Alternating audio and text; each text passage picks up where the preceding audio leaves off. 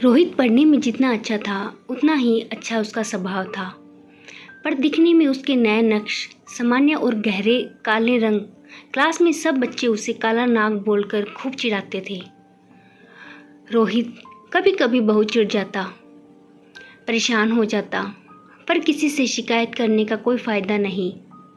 वो बहुत जल्द इस बात को समझ गया था। लड़कियां तो सिर्फ उससे नोट्स पढ़ाई के मतलब से ही बात करती, पर वो सबकी मदद करने के लिए हमेशा तैयार रहता।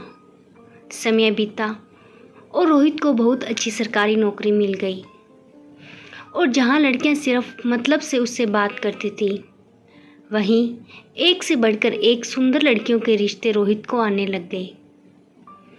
जी हाँ, भारत में कुछ मध्यम वर्गीय माता पिता को लगता है कि सरकारी नौकरी मतलब लड़की खुश रहेगी, चाहे लड़का दिखने में कैसा ही हो, चाहे लड़के का स्वभाव कैसा ही हो, चाहे लड़के के परिवार वाले कैसे ही हो। जब रोहित ने नेहा को देखा, वो उसे पहली नज़र में पसंद आ गई। नेहा पढ़ने में सामान्य पर दिखने में सुंदर गोरी चिट्टी थी।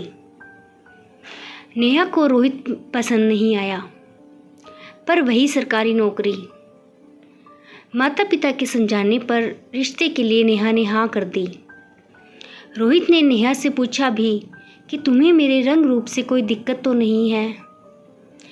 नेहा ने ऊपरी मन से माँ की बात बोल दी, रंग रूप नहीं, स्वभाव और दिल अच्छा होना चाहिए। अब रोहित के माता पिता और रोहित भी खुश थे। शायद आने वाली पीढ़ी सुंदर हो। शादी के बाद कुछ महीने हंसते खेलते अच्छे से गुजर गए, पर जब भी नेहा और रोहित साथ बाहर जाते तो लोग नेहा की खूबसूरती की खूब तारीफ करते कि रोहित को कैसे इतनी सुंदर लड़की मिल गई। रोहित को तो सुनने की आदत थी, पर नेहा ताने सुन अंदर तक जल जाते। गुस्सा भी आता, पर वह काबू कर लेती। धीरे धीरे उसने रोहित के साथ बाहर जाना कम कर दिया। रोहित को भी देर से ही सही बात समझ में आ गई कि नेहा ने बेमन से शादी की है। रोहित नेहा को खुश रखने की हर कोशिश करता, और उसके माता पिता भी नेहा को बेटी की तरह प्यार करते। फिर भी दोनों के बीच में दूरियां आने लगी। नेहा प्रेग्नेंट थी, और सबको एक ही उम्मीद थी, सुंदर बच्चे की।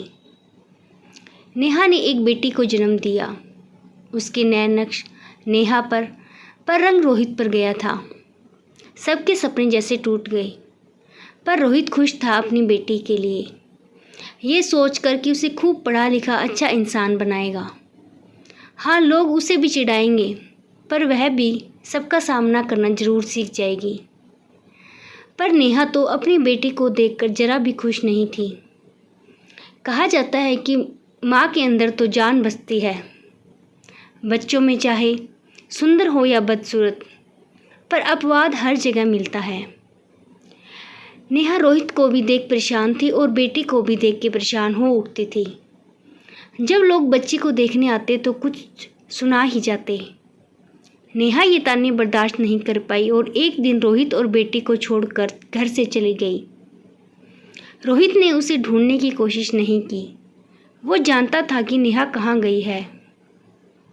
उसने नेहा के माता पिता को नेहा के घर छोड़कर जाने की बात बता दी, और इतना ही कहा, अगर नेहा के लिए रंग रूप इतना ज़्यादा मायना रखता था तो आपको मेरे साथ उसको शादी करने के लिए मजबूर नहीं करना चाहिए था।